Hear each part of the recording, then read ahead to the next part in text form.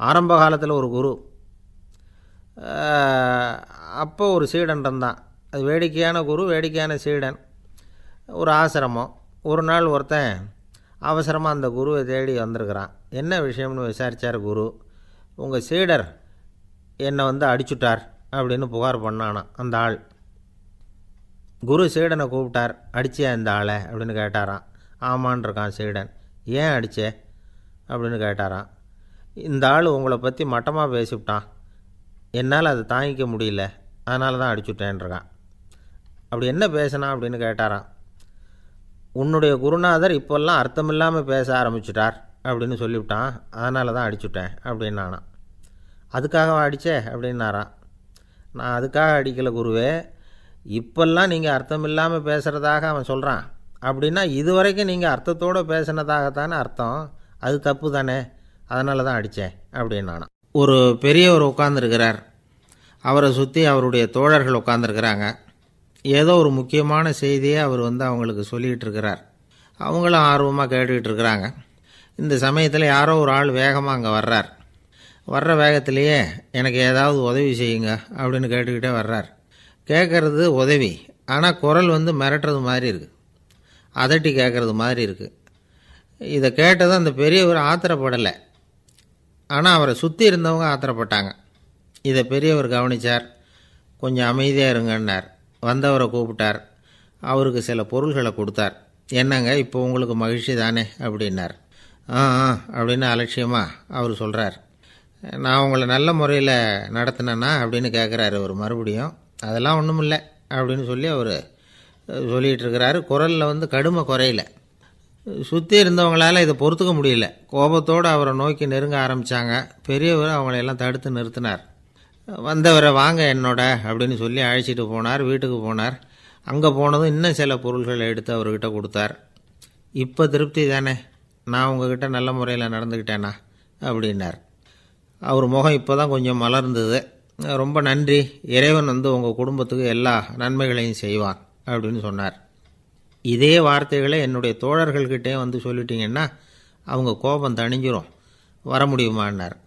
கண்டிப்பாக வர்றேன் அப்படின்னாரு. மறுநாள் காலையில் அந்த இடத்துக்கு வந்தார். அதே மாதிரி சொல்லிவிட்டு அவர் போயிட்டார். தோழர்கள்லாம் ரொம்ப வியப்போடு பெரியவரை பார்த்தாங்க. அந்த பெரியவர் தான் நபிகள் நாயகம். அவர் சொன்னார், ஒருத்தன் ரொம்ப ஆசையாக ஒரு ஒட்டகத்தை வளர்த்துக்கிட்டு வந்தான். ஒரு நாள் அந்த ஒட்டகம் கயத்தை அறுத்துக்கிட்டு ஓடி போயிட்டுது. அக்கம் பக்கத்தில் இருக்கிறவங்கெல்லாம் அந்த ஒட்டகத்தை பிடிக்கிறதுக்கு முயற்சி பண்ணாங்க. அதை துரத்திக்கிட்டு ஓடினாங்க. ஒட்டகம் தாறுமாறாக ஓட ஆரம்பிச்சிது. இந்த சமயத்தில் ஒட்டகத்தை வளர்த்தவன் அங்கே ஓடி வந்தான். நீங்கள் அதை ஒன்றும் செய்ய வேணாம், விட்டுருங்க, அதோட சுபாவம் எனக்கு நல்லா தெரியும், அதை சுலபமாக என்னோடய வழிக்கு கொண்டுகிட்டு வந்துட முடியும், நான் பார்த்துக்கிறேன், விட்டுருங்கோ அப்படின்னா. எல்லோரும் விலகி போயிட்டாங்க. இவன் என்ன செஞ்சான் தெரியுமா? கொஞ்சம் புல்லை கையில் எடுத்துக்கிட்டு அந்த ஒட்டகத்தை நெருங்கினான். அவ்வளவுதான். அது ஓடி இவன் காலடியில் உட்காந்துக்கிட்டது. செல்லமாக அதை அப்படியே தடவி கொடுத்தான். முதுகில் ஏறி உட்காந்துக்கிட்டான். அது பாட்டுக்கு சாதுவாக நடந்து போகுது.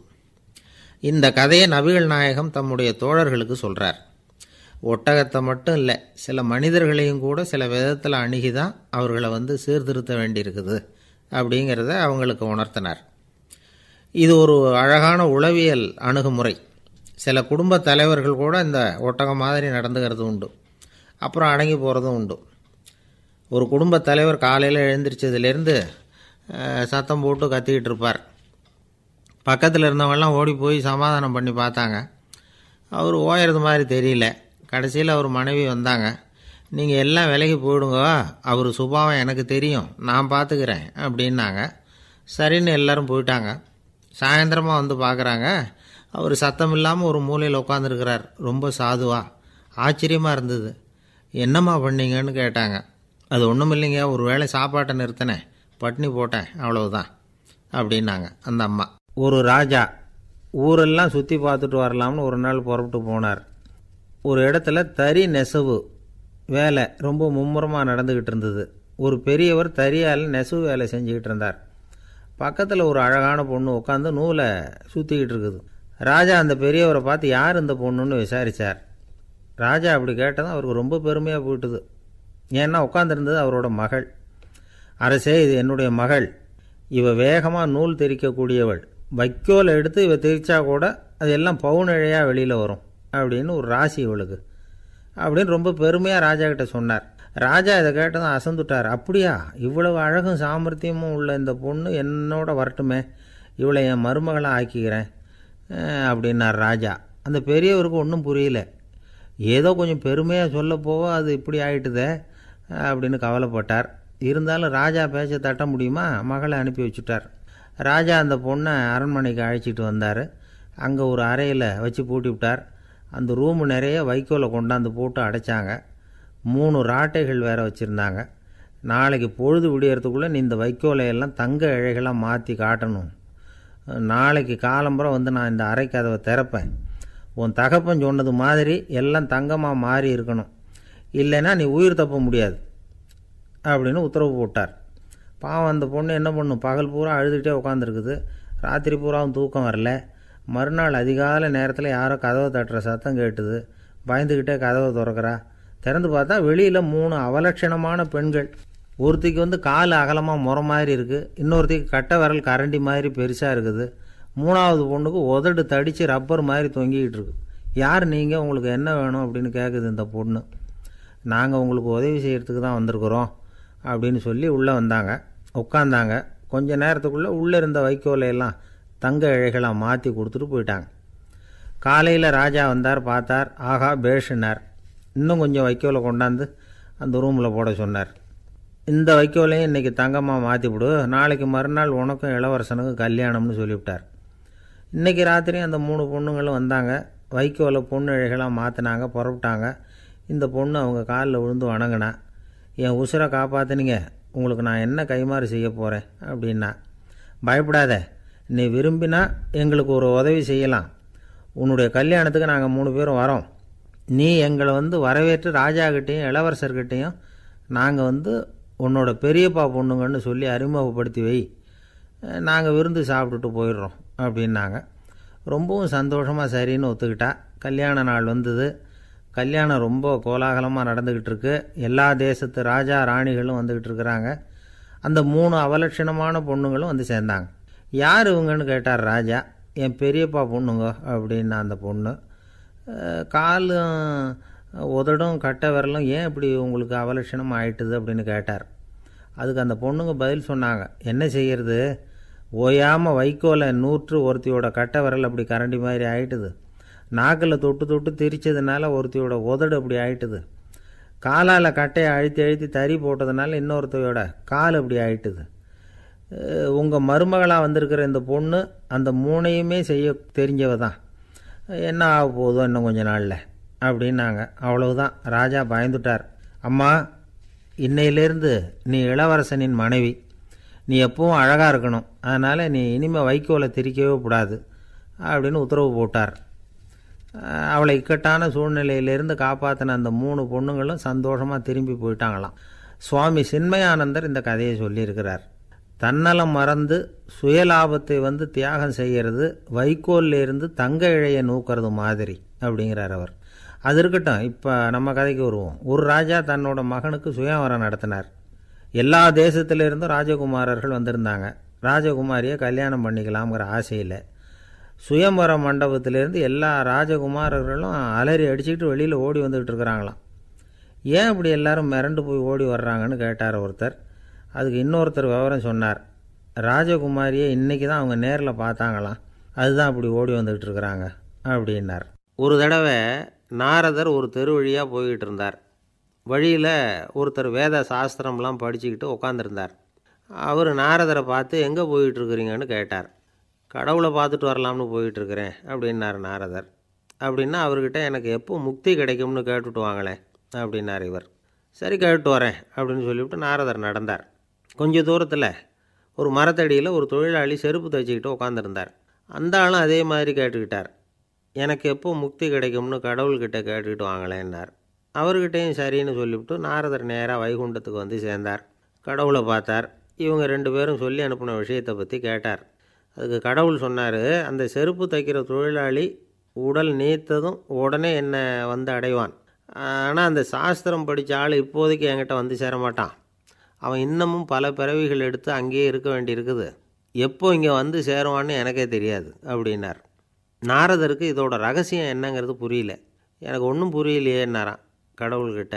சீக்கிரம் புரிஞ்சுக்குவேன், நீ திரும்பி போகிறப்போ நான் இங்கே வைகுண்டத்தில் என்ன செஞ்சுக்கிட்டு இருக்கேன்னு கேட்டால், ஒரு ஊசியின் துவாரத்தில் ஒரு யானையை கோத்துக்கிட்டு இருக்கிறேன்னு அவங்கக்கிட்ட சொல்லு அப்படின்னார் கடவுள் சிரிச்சுக்கிட்டே.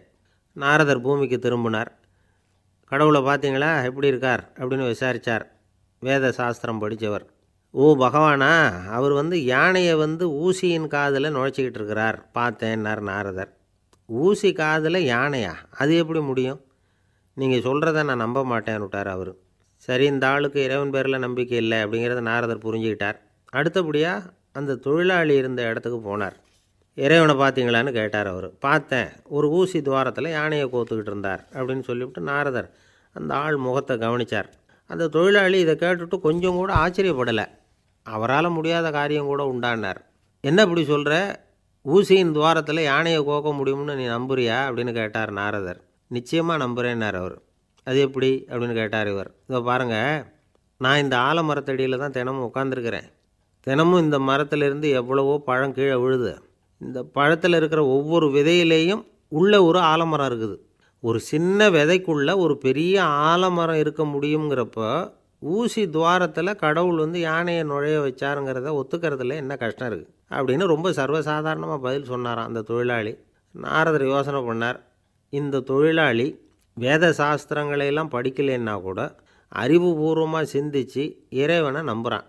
அதனால தான் கடவுள் இந்த ஆளுக்கு சீக்கிரம் முக்தி கிடைக்கும்னு சொன்னார் அப்படிங்கிறத புரிஞ்சுக்கிட்டாராம். இந்த கதையில் வர்ற கடவுள், நாரதர், வைகுண்டம் இதெல்லாம் ஒரு பக்கம் இருக்கட்டும், ஒரு சின்ன விதைக்குள்ளே ஒரு பெரிய ஆலமரம் தூங்கிக்கிட்டு இருக்குது அப்படிங்கிற உண்மை, அந்தரத்தில் 1000 கிரகங்கள் சுற்றிக்கிட்டு இருக்குங்கிற உண்மை, இதெல்லாம் நாம் பார்த்துக்கிட்டு தானே இருக்கிறோம். இந்த உண்மைகள் அதிசயமாக நமக்கு தெரியறதுனால அதை நம்பாமல் இருந்துட முடியாது. இயற்கையை பரிபூர்ணமாக நம்புங்கள், அந்த நம்பிக்கையே நம்ம வாழ்க்கைக்கு ஆதாரம் அப்படிங்கிறத விளக்கிறதுக்காக தான் இந்த கதை. இந்த காலத்தில் நம்ம பிள்ளைங்களுக்கெல்லாம் இது மாதிரி நம்பிக்கை அதிகமாகவே இருக்குது. ஒரு நாள் ஒரு சின்ன பையன்கிட்ட கேட்டேன், ஏன்பா கடவுள் ஒரு பானைக்குள்ளே ஒரு யானையை நுழைய வச்சுட்டாருன்னு சொன்னால் அதை நீ நம்புவியா அப்படின்னு கேட்டோம். நம்புவேன் சார், அது ஒன்றும் பெரிய அதிசயம் இல்லைன்னா. எப்படிறான்னு கேட்டோம். எப்படின்னா அந்த பானை அந்த யானையை விட பெருசாக இருந்திருக்கும், அவ்வளவுதான் அப்படின்னு சொல்கிறான். ஒரு ஊரில் ஒரு ராஜா இருந்தார். அவர் அடிக்கடி காட்டுக்கு வேட்டையாட போவார். சில நண்பர்களையும் கூட அழைச்சிக்கிட்டு போவார். காட்டுக்கு போனதும் ஆளுக்கு ஒரு பக்கமாக போய் வேட்டையாடுவாங்க. சாயந்தரமாக திரும்பி வருவாங்க. மறுநாள் அரண்மனையில் உட்காந்து ஒவ்வொருத்தரும் அவங்க அனுபவங்களையெல்லாம் சொல்லிக்குவாங்க. அவங்க வீரத்துக்கு தகுந்த மாதிரி பரிசை அந்த ராஜா கொடுப்பார்.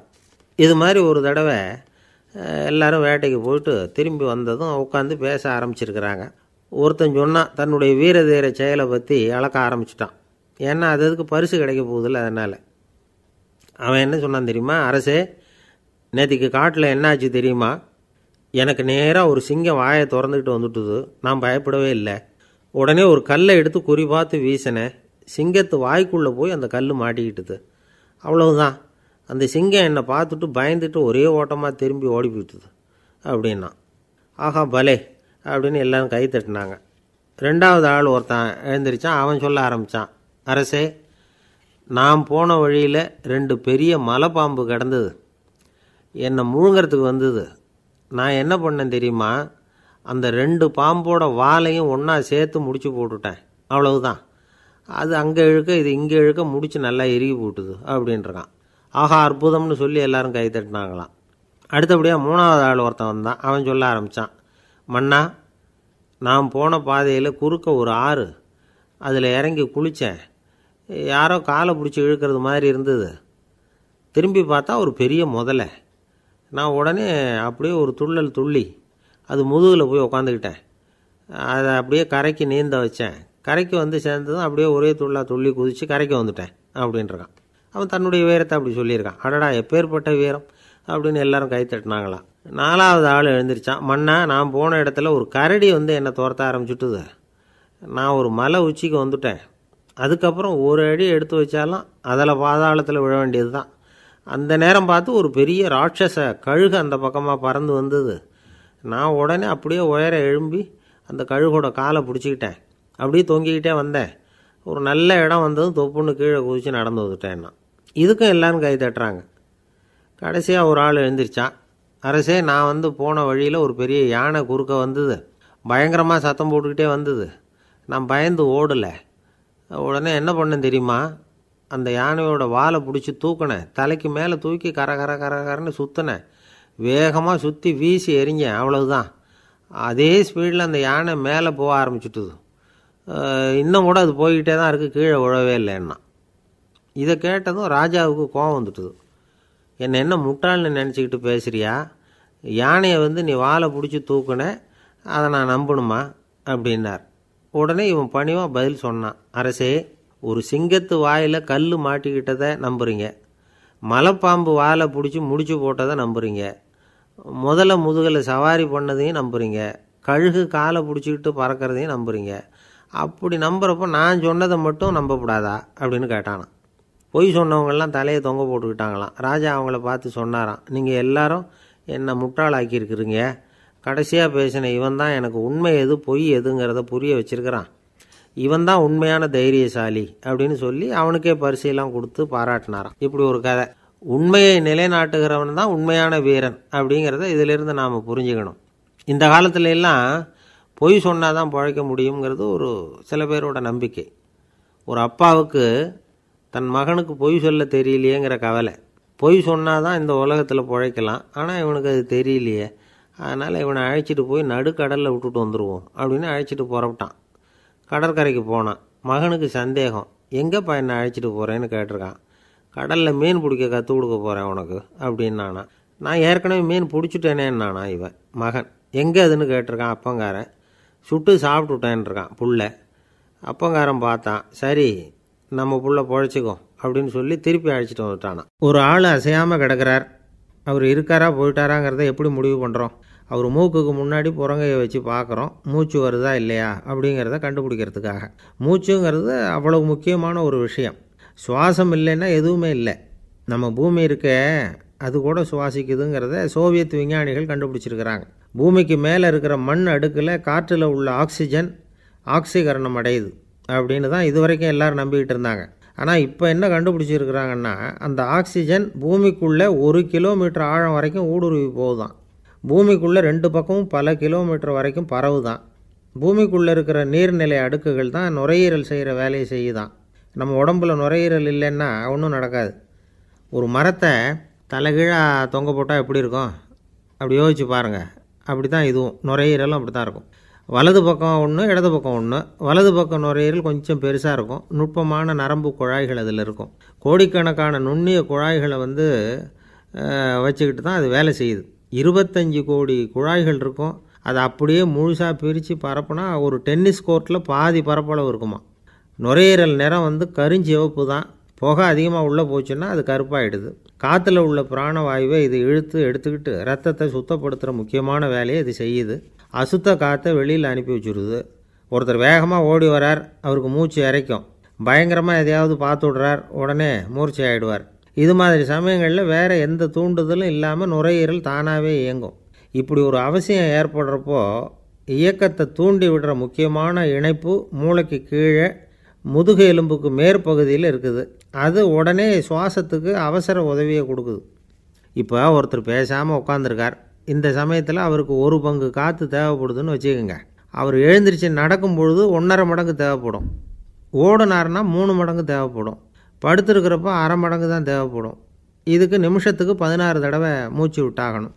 இப்படி சாதாரணமாக உள்ளே இழுக்கிற காற்று கொஞ்சம்தான் இருந்தாலும் இது மாதிரி 8 மடங்கு காற்றை உள்ளே இழுத்து வச்சுக்கிற சாமர்த்தியம் நுரையீரலுக்கு இருக்குதான். தண்ணி, நுண்கிருமிகள், ரசாயன பொருள் இப்படி எது உள்ளே போனாலும் நுரையீரல் சமாளிச்சுக்கும். 30 வருஷமாக விடாத புகை பிடிக்கிறவர் தொடர்ந்து உள்ளே அனுப்பி வைக்கிற புகையை கூட சமாளிக்குதுன்னா பார்த்துங்களேன். உள்ளே போகிற புகை நுட்பமான சுவாச முடிச்சுகளை அழிச்சு விடுது. கறி புகை அது மேலே படிஞ்சு உபயோகம் இல்லாமல் பண்ணிவிடுது. ஆனாலும் தேவைக்கு அதிகமாக 8 மடங்கு கூடுதலாக சுவாச முடிச்சுகள் நம்ம உடம்புக்குள்ளே இருக்கிறதுனால சமாளிக்க முடியுது. சமாளிக்க முடியலன்னா சில சமயம் மூச்சு திணறும். அதை ஒரு எச்சரிக்கையாக எடுத்துக்கிட்டு புகை பிடிக்கிற பழக்கத்தை விட்டுடணும். அதுதான் நல்லது. ஆனால் அப்படி யார் விடுறது? இணை பிரியாத 2 நண்பர்கள் இருந்தாங்களாம். 2 பேரும் விடாமல் சிகரெட்டு குடிக்கிறவங்க. அதில் ஒருத்தன் செத்து போட்டான். இன்னொருத்தன் அதுக்கப்புறம் ரெண்டு சிகரெட்டாக குடிக்க ஆரம்பித்தானான். ஏன் இப்படி பண்ணுறேன்னு கேட்டிருக்காங்க. நான் ஒரு சிகரெட்டு தான் குடிக்கிறேன், செத்து போன என்னுடைய ஃப்ரெண்டு இருக்கானே செத்து போனவன், அவனுக்காக இன்னொரு சிகரெட்டு குடிக்கிறேன் அப்படின்னு நானான். இது ரொம்ப ஆபத்து, விட்டுடு அப்படின்னு சொல்லியிருக்காங்க. சரின்னு ஒத்துக்கிட்டான். ஆனால் அதுக்கப்புறமும் ஒரு சிகரெட் வீதமாக குடிச்சிக்கிட்டே இருந்தான். சிகரெட்டு பழக்கத்தை நீ இன்னும் விடலையான்னு கேட்டாங்களாம். அந்த பழக்கத்தை நான் எப்போவோ விட்டுட்டேன், இப்போ நான் குடிக்கிறது என் ஃப்ரெண்டுக்காக அப்படின்னு நானான். இவங்கெல்லாம் எப்படி திருந்துறது? என்னை விட யோக்கியம் இந்த உலகத்தில் வேறு யாரும் இல்லை சார் அப்படின்னார் ஒருத்தர். அவரை விட அயோக்கியன் வேறு யாரும் இருக்க முடியாதுங்கிற முடிவுக்கு கேட்டவங்க வந்துட்டாங்களாம். மனுஷனுக்கு இருக்கிற ஒரு மிகப்பெரிய குறையே தன்கிட்ட இருக்கிற குறை அவனுக்கு தெரியாமல் போகிறது தான். ஆனால் அடுத்தவங்ககிட்ட இருக்கிற குறை இவனுக்கு தெளிவாக தெரிஞ்சிடும். ஒரு ஒட்டகம் ஒரு கொக்கை பார்த்து ஒரு கேள்வி கேட்டுதான். என்ன கேள்வி தெரியுமா? உன் கழுத்து ஏன் இப்படி வளைஞ்சி போயிருக்குது அப்படின்னு கேட்டிருக்கு. இதுக்கு உடம்பே வளைச்சல். இது போய் கொக்கை கிண்டல் பண்ணுது. இன்றைக்கி மனித சுபாவமும் கிட்டத்தட்ட இப்படி தான் இருக்குது. இந்த உலகத்தில் குறையில்லாத மனிதர்கள் யாரும் கிடையாது, நாம் உள்பட அப்படிங்கிறத முதல்ல நாம் நல்லா புரிஞ்சுக்கணும். ஒரு ஊரில் ஒரு விற்பனை நிலையம் இருந்தது. செல்ல பிராணிகளை விற்பனை செய்கிற நிலையம் அது. நாய், கிளி, பூனை இப்படி நிறைய வச்சு விற்பனை பண்ணிகிட்ருக்குறாங்க. நாய்க்குட்டி விற்பனை செய்கிற பகுதியில் ஒரு சிறுவன் நின்றுக்கிட்டு இருந்தான். விற்பனை செய்கிற ஆளுகிட்ட விலை கேட்டுக்கிட்டு இருந்தான். அதோ இருக்குதே அந்த நாய்க்குட்டி என்ன விலை அப்படின்னு கேட்டானா. 1000 ரூபா அப்படின்னாரான். சரி அது வேணாம், இது என்ன விலைன்றிருக்கான். 500 ரூபா அப்படின்னாரான். இந்த சின்ன பையன் கையில் வச்சுருந்தது வெறும் 50 ரூபா தான். அதனால் இதை விட குறைச்சலாக கிடைக்குமான்னு பார்த்துருக்கான். அந்த கடையில் ஒரு மூலையில் சரியாக கவனிக்கப்படாமல் ஒரு நாய்க்குட்டி படுத்து கிடந்தது. பாவமாக கத்திக்கிட்டு இருந்தது. அதை பார்த்ததுமே இவனுக்கு அது ரொம்ப பிடிச்சி போச்சு. உடனே அந்த கடைக்காரரை பார்த்து, அதுவும் அந்த மூலையில் படுத்து கிடக்குதே அந்த நாய்க்குட்டி என்ன விலை அப்படின்னு கேட்டிருக்கான். தம்பி, அது ஒரு கால் ஊனம், அதனால் அது உன்னோட குதித்து விளையாடவோ ஓடுறதோ அதால் முடியாத காரியம் அப்படின்ட்டுருக்கார் அவர். அது தெரிஞ்சுதாங்க கேட்குறேன், அதோட விலை என்ன அதை மட்டும் சொல்லுங்களேன் அப்படின்ட்டுருக்கான். தம்பி, இது வந்து கால் ஊனம் உள்ள ஒரு நாய். இதை போய் காசு கொடுத்து வாங்கிறதுக்கு யாராவது பிரியப்படுவாங்களா? இதை நான் உனக்கு இலவசமாகவே தர்றேன், எடுத்துகிட்டு போ அப்படின்னாரான். இதை கேட்டதும் அந்த சிறுவனுக்கு கோவம் வந்துட்டு தான். நீங்கள் ஒன்றும் சும்மா கொடுக்க வேணாம், இந்தாங்க 50 ரூபா, இதை வச்சுக்கிட்டு நாய்க்குட்டியை கொடுங்க அப்படின்ட்டுருக்கான். அவருக்கு ஒன்றும் புரியல, ஆச்சரியமாக இருந்தது. சரின்னு பணத்தை வாங்கிட்டு நாய்க்குட்டியை தூக்கி கொடுத்தார். அந்த சிறுவன் அந்த நாய்க்குட்டியை 2 கையாலையும் வாங்கினா, மார்போடு பிரியமாக சேர்த்து அணைச்சிக்கிட்டான். தெருவில் இறங்கி நடக்கிறான். அப்படி நடக்கும்பொழுது தான் பார்க்குறார், கடைக்காரர் வந்து ஆச்சரியமாக அவனை பார்க்குறார். அப்போ தான் அவருக்கு ஒரு விஷயம் புரியுது. அந்த சிறுவன் தெருவில் நாய்க்குட்டியை மார்போடு அணைச்சிக்கிட்டு விந்தி விந்தி நடந்து போய்கிட்டு இருக்கிறான். ஆமாம், அவனுக்கும் ஒரு கால் ஊனம். இந்த நாய்க்குட்டியை யாருமே வாங்க மாட்டாங்கன்னு நினச்சிக்கிட்டு இருந்தார். குறையுள்ள அதுக்கும் ஒரு எஜமானன் கிடச்சிட்டான். அதனால் ஊனம் ஒரு குறை இல்லை அப்படிங்கிற உண்மையை அந்த கடைக்காரர் புரிஞ்சுக்கிட்டாரான். நம்மால் ஒருத்தர் கொஞ்சம் வயசானவர், எழுந்திரிச்சு சரியாக நடக்க முடியாது, சாய்வு நாற்காலியிலேயே எப்பவும் உட்காந்துருப்பார். அவர் தனக்கு துணையாக ஒரு நாயை பக்கத்தில் வச்சுருந்தார். அதுவும் ரொம்ப வயசான ஒரு நாய், எழுந்திரிக்கவே சிரமப்படும், நடக்கவும் முடியாது. அவர் பக்கத்துலேயே இதுவும் சோர்ந்து போய் படுத்து கிடக்கும். அந்த பெரியவரை பார்க்க வந்த ஒருத்தர் கேட்டார், ஏங்க, ஒரு சின்ன பையனை உங்களுக்கு துணையாக வச்சுக்கப்படாதா? இந்த நாயை உங்களுக்கு பாதுகாப்பாக வச்சுருக்கிறீங்களே, உங்களுக்கு ஒரு ஆபத்துன்னா இது எப்படி உங்களுக்கு உதவ முடியும் அப்படின்னார். அப்போ அவர் சொன்னாராம், எனக்கு ஒரு ஆபத்துன்னா அந்த சமயத்தில் இந்த நாய் என்னை தனியாக விட்டுட்டு ஓடி போயிடாமல் இருக்கணும்ல, அதுக்காக தான் இதை நான் வச்சுருக்கிறேன் அப்படின்னாராம். நம்மளில் சில பேர் ரொம்ப தைரியமாக இருப்பாங்க. நாம் கூட சொல்கிறது உண்டு, அந்த ஆளுகிட்ட வர்றதுக்கு எமன் கூட பயப்படுவான் அப்படின்னு சொல்கிறது உண்டு. தைரியசாலிகளை நெருங்கிறதுக்கு யமன் பயப்படுவான் அப்படின்னு சொல்கிறது உண்மை தான், அது பொய் இல்லை. மன வலிமை இருக்குது பாருங்கள், அது மனுஷனை காப்பாற்றும். இது வந்து மருத்துவ ரீதியான உண்மை. உடல் கோளாறுகள் மன ஆரோக்கியத்தை பாதிக்கும். மன எழுச்சி, மன போராட்டம் இதெல்லாம் வந்து உடல் இயக்கத்தில் மாறுதலை உண்டாக்குது. சில வகையான நோய்களுக்கும் மனசுக்கும் இருக்கிற சம்பந்தம் என்னங்கிறத பற்றியெல்லாம் இப்போ ஆராய்ச்சி பண்ணுறாங்க. ஆஸ்மா, மூட்டு வலி, பெருங்குடல் அழற்சி, உயர் இரத்த அழுத்தம், சோரியாசிஸுங்கிற தோல் வியாதி, வயிற்று புண்ணு, இந்த தைராய்டு நச்சுத்தன்மை, இது மாதிரி நோய்களை உண்டாக்குறதுல மனசோட பங்கு என்னங்கிறத பற்றியெல்லாம் ஆய்வு பண்ணி பார்த்துருக்குறாங்க. எதுக்கு எடுத்தாலும் சோர்ந்து போகிறது, தோண்டு போகிறது, இப்படிப்பட்ட மனவாகு, அதோட யாரும் நமக்கு உதவ முடியாது அப்படிங்கிற மனோபாவம், கைவிடப்பட்ட மனநிலைமை, இதெல்லாம் வந்து நோயோட தீவிரத்தை ரொம்ப அதிகரிக்க செய்யுதான். இவங்கெல்லாம் அந்த கை கால் வலிக்குது, உடம்பு அசதியாக இருக்குது, தூக்கம் வரல, முதுகு வலிக்குது, உடம்பில் உணர்ச்சி குறையுது, கை கால் விரல்லாம் மரத்து போகுது, இப்படி ஏதாவது சொல்லிக்கிட்டு டாக்டர்களை தேடி வந்துக்கிட்டு இருப்பாங்க. நெஞ்சு வலி யாருக்கு வருது தெரியுமா? பதற்றம், போட்டி மனப்பான்மை, அளவுக்கு அதிகமான வேகம், துடிப்பு, பேராசை, இதுலேயும் கட்டுப்பாடு, நேரம் தவறாமை, அப்புறம் இதெல்லாம் உள்ள மனவாக உள்ளவங்க இருக்கிறாங்கல்ல, அவங்க பெரும்பாலும் நெஞ்சு வலிக்கு ஆளாயிடுறாங்களாம். ஃப்ரீட்மேன் அப்படிங்கிறவர் நிறைய ஆராய்ச்சியெல்லாம் பண்ணி பார்த்துட்டு இதை உறுதிப்படுத்தியிருக்கிறார். அவர் பண்ணின ஆராய்ச்சியில் என்னெல்லாம் தெரிய வந்தது தெரியுமா? பொறுப்பு அதிகம் உள்ளவங்களுக்கு கண்டிப்பாக ரத்த அழுத்தம் வரும், அதிகமாக இருக்குமா. அதே மாதிரி கண்டிப்பாக இருக்கிறாங்கல்ல, அவங்களுக்கும் ரத்த அழுத்தம் அதிகரிக்குமா. ரத்த அழுத்தம் தனக்கு அதிகமாக இருக்குங்கிறத தெரிஞ்சுக்கிட்டவங்க தலைவலி, மயக்கம், இந்த தலை சுத்தல், அசதி, இது மாதிரியான உணர்வுகளை அவங்களுக்கு வந்துடும், அது மாதிரி உணர்வு. ஆனால் உண்மை என்ன தெரியுமா? இதெல்லாம் ரத்த அழுத்தத்தினால இல்லை, ரத்த அழுத்தம் கட்டுப்பாட்டுக்குள்ளே இருந்தால் கூட இவங்க இப்படி நினைக்கிறாங்களாம். இதுக்கு காரணம் மனசு தான் அப்படிங்கிறார் அவர். சில பேர் எப்படி தெரியுமா? ஒருத்தர் மாரடைப்பால் இறந்து போனார் அப்படின்னு கேள்விப்பட்டால் போதும், இறந்து போகிறதுக்கு காரணம் இதயம்தான் அப்படிங்கிற பீதியால், இதய தளர்ச்சி அப்படிங்கிற மனநோயால் பாதிக்கப்படுறார். இவங்கெல்லாம் அடிக்கடி தங்களுடைய இதய பகுதியை தொட்டு பார்த்துக்குவாங்க, நாடியை பிடிச்சி பார்த்துக்குவாங்க, அடிக்கடி மூச்சை உள்ளுக்கு இழுத்து வெளியில் விட்டு வலி வருதா அப்படின்னு பார்த்துக்கிட்டு இருப்பாங்க. வேறு எங்கேயாவது வலிச்சா கூட நெஞ்சை வலிக்குதா அப்படின்னு பார்ப்பாங்க. நெஞ்சு வலிக்குதுன்னு கூட சில பேர் சொல்ல ஆரம்பிச்சிருவாங்க. ஆஸ்மாவுக்கும் மனசுக்கும் சம்பந்தம் உண்டு. தீர்வு காண முடியாத மன போராட்டங்கள் எல்லாத்துக்கும் அடுத்தவங்களையே சார்ந்து இருக்கிற மனநிலை, இதெல்லாம் ஆஸ்மாவினுடைய தீவிரத்தை அதிகப்படுத்திடும். பயம், இது எப்படின்னா என்ன நடக்குமோங்கிற பதற்ற நிலை, அப்புறம் இந்த பயம், இதெல்லாம் சுவாசித்தலை அதிகரிக்க செய்யுது இல்லையா. இதனால் இரத்தத்தின் காரத்தன்மை அதிகமாகி நோயின் தீவிரமும் அதிகமாகுது. மன போராட்டம், மனக்கவலை, மன இறுக்கம், இதெல்லாம் தோல் வியாதியை தூண்டி விடுதான். இது மாதிரி இன்னும் எவ்வளவோ இருக்குது. அதனால் இன்றைக்கி நமக்கு தேவை என்னென்னா மன வலிமை, மலர்ந்த முகம், இது ரெண்டும் இருந்துட்டுதுன்னா பலவிதமான நோய்கள் நம்மக்கிட்ட நெருங்கி வராது. டாக்டர் என்ன நெருங்காமல் இருக்கிறதுக்கு நான் ஒரு காரியம் பண்ணுறேன் அப்படின்னார் ஒருத்தர். அவர் என்ன அர்த்தத்தில் சொன்னார்னா, டாக்டர் அவரை நெருங்காமல் இருக்கிறதுக்கு அவர் ஒரு காரியம் பண்ணுறாராம். நண்பர்கிட்ட சொன்னார். நண்பர் கேட்டார், அது என்ன காரியம் பண்ணுற அப்படின்னு கேட்டார். தினம் ஒரு ஆப்பிள் பழம் சாப்பிட்றேன்னார் அவர். ஏன்னா ஆங்கிலத்தில் ஒரு பழமொழி சொல்லுவாங்கள்ல, an apple a day keeps doctor away அப்படிம்பாங்க. ஒரு ஆப்பிள் பழம் சாப்பிட்டா டாக்டர் விலகியே இருப்பார், டாக்டர்கிட்ட போக வேண்டிய அவசியம் இருக்காது அப்படிங்கிறதுக்காக அந்த பழமொழி சொல்கிறது. என்ன, நான் யாருமே நெருங்காமல் இருக்கிறதுக்கு நான் ஒரு காரியம் பண்ணுறேன்னார் இன்னொருத்தர். டாக்டர் நெருங்காமல் இருக்கிறதுக்கு ஆப்பிள் பழம் சாப்பிட்றேன்னார் அவர். என்னை யாருமே நெருங்காமல் இருக்கிறதுக்கு நான் ஒரு காரியம் பண்ணுறேன்னார் இன்னொருத்தர். அது என்னன்னு கேட்டோம். தினம் ஒரு பூண்டு சாப்பிட்றேன்னார். ஏ கார்லிக் எ டே கீப்ஸ் எவ்ரிபடி அவே அப்படின்னு அதுக்கு ஒரு புது விளக்கமும் கொடுத்தார். காசி மாநகரத்தை பிரம்மதத்தன் அப்படிங்கிற ராஜா ஆட்சி பண்ணிட்டு வந்தார். அவர் ஒவ்வொரு வருஷமும் ஒரு திருவிழா நடத்துறது வழக்கம். எல்லா தேசத்திலிருந்தும் எல்லா வகையான ஜனங்களும் அதில் கலந்துக்குவாங்க. ஒரு சமயம் அது மாதிரி விழா நடந்துக்கிட்டு இருந்தது. வைகுண்டத்திலேருந்து, தேவலோகத்திலேருந்து நிறைய தேவகுமாரர்கள்லாம் காசி நகருக்கு அப்போது வந்திருந்தாங்க. அதில் முக்கியமாக ஒரு 4 தேவகுமாரர்கள், அந்த 4 பேரையும் சுற்றி ஏகப்பட்ட கூட்டம்.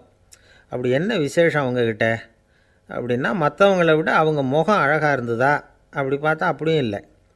அவங்க அணிஞ்சிருந்த மலர் மாலைகள் தான் அதுக்கு காரணமாக. அந்த மலர்கள்லேருந்து அப்படி ஒரு அபூர்வமான நறுமணம், இதுக்கு முன்னாடி இப்படி ஒரு நறுமணத்தை அந்த ஊர் ஜனங்க அனுபவித்ததே இல்லை. அதுதான் அந்த 4 பேரையும் சுற்றி கூட்டம். எல்லோரும் கேள்வி கேட்க ஆரம்பித்தாங்க. உடனே அந்த 4 தேவகுமாரர்களும் எல்லாருக்கும் தெரியும்படியாக வானத்தில் எழும்பி கொஞ்சம் உயரமாக நின்றுக்கிட்டாங்க. கீழே நின்றுக்கிட்டு இருந்த அரசன்லேருந்து ஆண்டி வரைக்கும் ஒருத்தர் பாக்கி இல்லாமல் ஒரே குரலில் எல்லாரும் அவங்கள பார்த்து, எங்களுக்கும் இது மாதிரி மாலையை போட்டுக்கணும்னு ஆசையாக இருக்குது, அதுக்கு நீங்கள் தான் அருள் பண்ணணும் அப்படின்னு கேட்டுக்கிட்டாங்க. மாலை போட்டுக்கிறதுனா எல்லாருக்கும் ஆசையாக தானே இருக்கும். அந்த 4 தேவகுமாரர்களில் ஒருத்தர் புத்தர் பிரான். அவர் சொன்னார், பூலோகவாசிகளே, நான் சொல்கிறத கொஞ்சம் பொறுமையாக கேளுங்க. கக்காரு அப்படிங்கிற கற்பக விருஷத்தின் மலர்களால் தொடுக்கப்பட்டது இந்த மாலை. இதுக்கு நிறைய சக்தி உண்டு. எந்த காலமும் இது வாடாது, வாசனையும் குறையாது. ஆனால் இதை அணிந்து கொள்கிறதுக்கு சில தகுதிகள் தேவை அப்படின்னார்.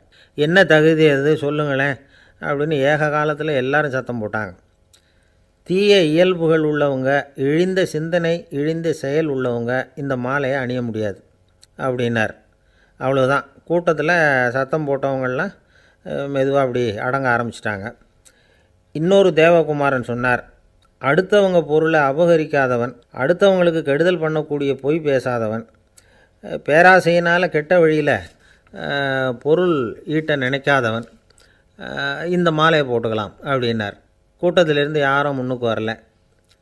ஒரே ஒரு ராஜகுரு மட்டும் கொஞ்சம் முன்னாடி வந்தார். பெரியவர், படித்தவர் அவர். எனக்கு தகுதி இருக்குது அந்த மாலையை போட்டுக்கிறதுக்கு அப்படின்னார். வேறு ஒன்றும் இல்லை, பொய் சொல்லியாவது அந்த மாலையை வாங்கிக்குவோமே அப்படின்னு முடிவு பண்ணிட்டார் அவர். அவ்வளோதான், மாலையை வாங்கிட்டார். அடுத்த தேவகுமாரன் பேசினார். யாருக்கு திடமான அறிவும் மனமும் இருக்குதோ, யாருக்கு நல்ல காரியங்களில் அசையாத ஈடுபாடு இருக்குதோ, நல்ல அரிய பொருள்களை தனியாக தான் மட்டும் அனுபவிக்க விரும்பாதவர் யாரோ அவர் முன்னாடி வந்து இந்த மாலையை வாங்கிக்கலாம் அப்படின்னார். அந்த தகுதியும் எனக்கு இருக்குன்னார் ராஜகுரு. மாலையை வாங்கி போட்டுக்கிட்டார்.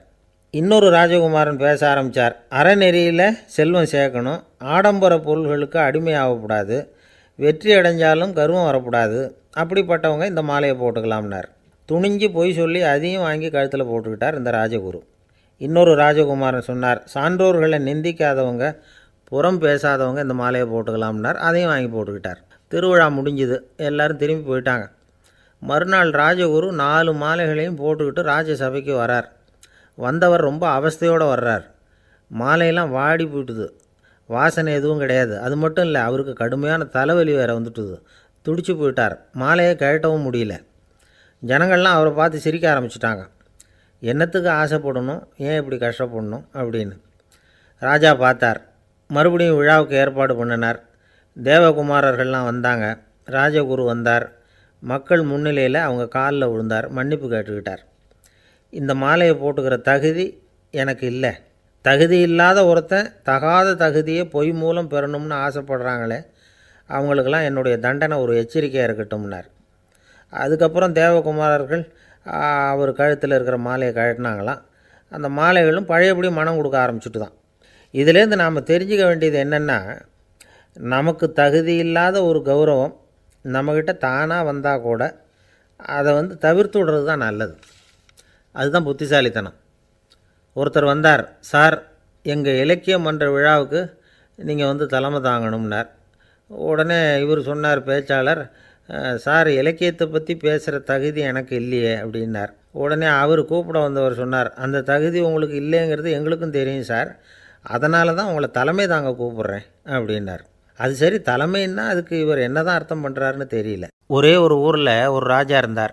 அவர் பேரில் மக்களுக்கு ரொம்ப மரியாதை. அவ்வளவு நல்லா ஆட்சி புரிஞ்சிக்கிட்டு வந்தார். அவருக்கு வயசாகிட்டுது. அதனால் ஒரு நாள் அமைச்சரை கூப்பிட்டார். இதை பாருங்கள், எனக்கு வயசாகிட்டுது, அதனால் இந்த அரச பொறுப்பையெல்லாம் நீங்கள் ஏற்றுக்குங்க அப்படின்னார். அதுக்கப்புறம் ராணியை கூப்பிட்டார். வா, நாம் இனிமேல் இங்கே இருக்க வேணாம், காட்டுக்கு போய் தவம் பண்ணலாம் அப்படின்னு கூப்பிட்டார். இந்த செய்தி மக்களுக்கு அறிவிக்கப்பட்டது. மக்கள் உடனே கூட்டம் கூட்டமாக அரண்மனைக்கு வர ஆரம்பிச்சிட்டாங்க. மன்னரை போய் பார்க்குறாங்க. அரசே, தாங்கள் எங்களுக்கு தந்தை மாதிரி. நீங்கள் காட்டுக்கு போயிட்டால் நாங்கள்லாம் இங்கே எப்படி இருக்க முடியும்? எங்களுக்கெல்லாம் எந்த துன்பமும் இல்லாமல் பார்த்துக்கிட்டு வர்றீங்க. இது மாதிரியான ஒரு அரசாட்சி இல்லைன்னா மக்கள் வாழ்ந்து என்ன பயன் அப்படின்னாங்க. இருந்தாலும் என்ன பண்ணுறது, வயசாயிட்ட காரணத்தினால இந்த முடிவுக்கு வர வேண்டியிருக்குது அப்படின்னாராம் ராஜா. அப்படின்னா நீங்கள் காட்டுக்கு போக வேணாம், நாங்கள் போகிறோம். நாங்கள் அங்கே போய் தவம் பண்ணுறோம், வழிபாடு பண்ணுறோம். கடவுள் வருவார், அவர்கிட்ட வரம் வாங்கிட்டு வந்துடுறோம் அப்படின்னாங்களாம். அப்படி சொல்லிவிட்டு உடனே எல்லோரும் காட்டுக்கு போனாங்க. நாட்டு மக்கள் எல்லாரும் ஒட்டு மொத்தமாக காட்டில் உட்காந்துக்கிட்டு தவம் பண்ணுறதை பார்த்தார் கடவுள். உடனே புறப்பட்டு வந்தார். எல்லோரும் இப்படி உட்காந்துருக்குறீங்களே, என்ன வேணும் உங்களுக்கு அப்படின்னு கேட்டார். உடனே மக்கள் எல்லாரும் ஒரு குரலில் சொன்னாங்க, சுவாமி, எங்கள் மன்னன் ரொம்ப நாளைக்கு நல்லபடியாக இருக்கணும். அவர் மகிழ்ச்சியாகவும் உடல் நலத்தோடும் இருந்தால் தான் நாங்கள் அமைதியாக வாழ முடியும் அப்படின்னாங்க. சரி, அதுக்கு என்ன செய்யணும் அப்படின்னார் ஆண்டவன். எங்கள் மன்னருக்கு இன்னும் ஒரு 100 வருஷம் ஆயுளை கொடுங்கோ அப்படின்னாங்க. அவ்வளவுதானே, சரி அப்படியே ஆகட்டும் அப்படின்னு சொல்லிவிட்டு ஆண்டவன் போயிட்டார். மக்கள் மகிழ்ச்சியோடு திரும்பி வந்தாங்க. மன்னா, கடவுள் வரம் கொடுத்துட்டார், நீங்கள் 100 வருஷம் வாழ போகிறீங்க அப்படின்னாங்க. இதை கேட்டதும் ராணி ராஜாவை வணங்கி நான் தவம் செய்ய போகிறேன் அப்படின்னு புறப்பட்டாங்க. உடனே மக்கள் என்ன நினச்சாங்க தெரியுமா? ஐயோ, நாம் ராஜாவுக்கு மட்டும்தானே நீண்ட ஆயுள் வேணும்னு வரம் வாங்கினோம், ராணிக்கு வாங்கலையே, அதுதான் கோபத்தில் புறப்பட்டாங்க போல இருக்குது அப்படின்னு நினச்சி வருத்தப்பட்டாங்க. ஆனால் ராணி நினச்சது அது இல்லை. ராணி போய் தவம் பண்ணாங்க, கடவுள் காட்சி கொடுத்தார். இவங்க கேட்குறாங்க, சுவாமி, ராஜாவுக்கு மட்டும் 100 வருஷம் ஆயுள்னு வரம் கொடுத்துட்டீங்க, அப்படின்னா குடிமக்களும் 100 வருஷம் இருக்கணும். இப்படிப்பட்ட குடிமக்கள் இல்லைன்னா அப்படிப்பட்ட அரசன் இருந்து என்ன பிரயோஜனம் அப்படின்னாங்களாம். ஆண்டவன் பார்த்தார், சரி அவங்களும் 100 வருஷம் வாழ்வாங்க, அது மட்டும் இல்லை, நீயும் 100 ஆண்டு காலம் வாழ வரமளிக்கிறேன் அப்படின்னு சொல்லிவிட்டு மறைஞ்சிட்டார். இதில் ஆண்டவன் வர்றதும் மறையிறதும் முக்கியம் இல்லை. இதில் கவனிக்க வேண்டியது ஆள்கிறவனின் விசால மனம், குடிமக்களின் விசால மனம், ஆள்கிறவன் மனைவியினுடைய விசால மனம். இப்படி ஒரு நாடு இருந்துட்டுதுன்னா எப்படி இருக்கும் வாழ்க்கை நினச்சி பாருங்கள். அதனால தான் பெரியவங்கள்லாம் சொல்கிறாங்க, இதய வாசல் திறந்தே இருக்கணும், இதயத்தின் கதவுகளை மூடாதீங்க அப்படின்னு சொல்லுவாங்க. என்கிட்ட ஒருத்தர் சொன்னார், என்னுடைய இதய வாசல் எப்பவும் திறந்தே தான் இருக்குதுன்னார். எதனால் அப்படி சொல்கிறீங்க அப்படின்னு கேட்டோம். டாக்டரே சொல்லிவிட்டார், என்னுடைய இதயத்தில் ஒரு ஓட்டை இருக்குது அப்படின்னு, வால்வு சரியில்லையா அப்படிங்கிறார். அளவுக்கு மிஞ்சினால் அமிர்தமும் நஞ்சு அப்படின்னு சொல்லுவாங்க. அது உண்மைதான். ஒருத்தருக்கு அளவுக்கு மீறிய புகழ் வந்துட்டுதுன்னு வச்சுங்க, அது கூட ஆபத்தாக போயிடுறது உண்டு. பழங்காலத்துல எல்லாம் கிரேக்க தேசத்தில் ஒரு பழக்கம் உண்டாம். அதாவது யாராவது ஒருத்தரை நாடு கடத்தணும்னா அதுக்கு ஒரு வழி உண்டு. அதாவது ஒருத்தரை நாடு கடத்தணும்னு மக்கள் விரும்புகிறாங்கன்னு வச்சுங்களேன், அவர் பேரை ஒரு மண்பாண்ட ஓட்டுச்சில்லில் எழுதி அதை ஒரு குறிப்பிட்ட பொது இடத்துல போட்டுற வேண்டியது, அவ்வளவுதான். இது மாதிரி பல பேர் போட்டுக்கிட்டே இருப்பாங்க, எல்லாம் அப்படியே குவிஞ்சு போயிடும். அந்த ஓட்டாஞ்சில்லு குவியலில் யாருடைய பேர் அதிகமாக இருக்குதோ அந்த நபரை ஒரு 10 ஆண்டுகள் நாடு கடத்தி விடுவாங்க. இது அந்த ஊர் வழக்கமாக. ஒரு நாள் அந்த குவியலுக்கு பக்கத்தில் ஒரு ஆள் நின்றுக்கிட்டு இருக்கிறான். அவன் கையில் ஒரு ஓட்டாஞ்சில்லு வச்சுருக்கிறான். அதில் யாரோட பேரையோ எழுதணும், எழுதி அந்த இடத்துல போடணுங்கிறது அவன் ஆசை. ஆனால் அவன் படிக்காதவன், அதனால் எழுத தெரியல. யாராவது அந்த வழியாக வர்றாங்களான்னு பார்த்துக்கிட்டே நின்றுக்கிட்டு இருந்தான். ஒரு பெரியவர் வந்துக்கிட்டு இருந்தார். அவர்கிட்ட ஓடினான், கையில் இருந்த மண்பாண்ட சில்லை கொடுத்தான். ஐயா, இதில் ஒரு பேர் எழுதி கொடுங்களேன்னா. அந்த பெரியவர் அதை வாங்கி கையில் வச்சுக்கிட்டு, என்ன பேர் எழுதணும் சொல்லு அப்படின்னா. இவன் சொன்னான், அரிஸ்டைடிஸ் அப்படின்னு எழுதுங்க அப்படின்னா. இதை கேட்டதும் அந்த பெரியவருக்கு அதிர்ச்சி. ஏன்னா அவர் தான் அரிஸ்டைடிஸ், தத்துவ மேதை அரிஸ்டைடிஸ் அவர். இருந்தாலும் நான் தான் அதுங்கிறத காட்டிக்காமல் அந்த ஆளுக்கிட்ட கேட்டார். அது சரிப்பா, அரிஸ்டைடிஸுங்கிற பேரை எழுத சொல்கிற, அவர் உனக்கு என்ன கெடுதல் பண்ணார், அவர் பேரை இதில் எழுத சொல்கிறியே அப்படின்னு கேட்டிருக்கார். அதுக்கு இவன் சொன்னானா, அவர் எனக்கு எந்த கெடுதலும் பண்ணலை, அவரை நான் பார்த்தது கூட இல்லை அப்படின்ட்டுருக்கான். அப்புறம் எதுக்காக அவரை நாடு கடத்தணும்னு நீ ஆசைப்படுற அப்படின்னு கேட்டிருக்கார். இப்போ அந்த ஆள் சொல்கிறான், அரிஸ்டைடஸை பற்றி எல்லாரும் பேசுகிறாங்க, அவர் ரொம்ப நல்லவர், அவர் ஒரு பெரிய அறிவாளிங்கிறாங்க, அவர் ஒரு பெரிய வள்ளல், பேரறிஞர், இப்படி எல்லாரும் சொல்கிறத கேட்டு கேட்டு எனக்கு ரொம்ப அலுத்து போயிட்டுது, அதனால தான் வெறுப்பாயிட்டேன் அப்படின்னு நானும். இதிலேருந்து என்ன தெரியுது? நாம் நல்லவனாக இருக்கிறதுல ஒன்றும் இடைஞ்சல் இல்லை. ஆனால் நம்மளை நல்லவன் நல்லவன் எல்லாரும் சொல்ல ஆரம்பிச்சிட்டாங்கன்னு வச்சுக்கோங்க, அப்போ இடைஞ்சல் ஆரம்பம்னு அர்த்தம். எதுவுமே அளவுக்கு மிஞ்சி போகாமல் பார்த்துக்க வேண்டியது ரொம்ப அவசியம். அளவுக்கு அதிகமாக ஆசைப்படாதவங்களில் ஆப்ரஹாம் லிங்கனும் ஒருத்தரான். அவர் ஒரு தடவை தன்னுடைய நண்பர்கள்கிட்ட பேசிக்கிட்டு இருந்தாராம். ஒருத்தர் கேட்டிருக்கார், ஒரு மனுஷனுக்கு கால்கள் எவ்வளோ உயரம் இருக்கணும் அப்படின்னு கேட்டாராம். இதுக்கு ஆப்ரஹாம் லிங்கன் சொன்னாராம், அது என்ன, இடுப்புலேருந்து தரையை தொடுற அளவுக்கு உயரம் இருந்தால் போதும் அப்படின்னாராம். ஒரு ஜென் துறவி, அவருக்கு ரொம்ப வயசாகிட்டுது, கடைசி காலம். நண்பர்களெல்லாம் கூப்பிட்டார். நண்பர்களே, நான் வித்தியாசமான முறையில் சாகணும்னு ஆசைப்படுறேன், அதுக்கு ஏதாவது யோசனை சொல்லுங்களேன் அப்படின்னு கேட்டாராம். நண்பர்கள் சிரித்தாங்க. என்ன பேச்சு பேசுகிறீங்க, சாவறதுங்கிறது என்ன விளையாட்டுத்தனமான காரியமா அப்படின்னு கேட்டிருக்காங்க. அந்த துறவி கொஞ்ச நேரம் யோசனை பண்ணார். அப்புறம் கேட்டாராம், இது வரைக்கும் யாராவது நடந்துக்கிட்டே இறந்துருக்குறாங்களா அப்படின்னாராம். எல்லாரும் இல்லைன்னாங்களாம். ஒருத்தர் மட்டும் சொல்லியிருக்கார், அப்படியும் ஒருத்தர் இறந்துருக்கிறதாக ஒரு கதையில் படிச்சிருக்கிறேன், ஒரு ஞானியால் தான் அப்படியெல்லாம் செய்ய முடியும் அப்படின்னு அவர் சொன்னாராம். சரி, அப்படின்னா அந்த முறை நமக்கு வேணாம், நின்றுக்கிட்டே யாராவது உயிரை விட்டுருக்காங்களா அப்படின்னு விசாரித்தாராம். அப்படியும் ஒருத்தர் இறந்துருக்கிறார் அப்படின்னாங்களாம். மறுபடியும் அந்த துறவி யோசனை பண்ணியிருக்கிறார், ஏதாவது வித்தியாசமான முறையில் நாம் போகணும் அப்படிங்கிறது அவருடைய விருப்பம். மனிதன் எப்படி வாழ்கிறானோ அப்படி இறப்பது தான் நல்லது. சரி, யாராவது தலைகீழாக யோகம் செய்யும் நிலையில் இறந்துருக்கிறாங்களா அப்படின்னு விசாரித்தாராம். நண்பர்கள் சிரித்தாங்க. தலைகீழாக நின்னபடி இறந்ததாக நாங்கள் கேள்விப்பட்டதே இல்லை, அது முடியாத காரியம் அப்படின்ட்டுருக்காங்க.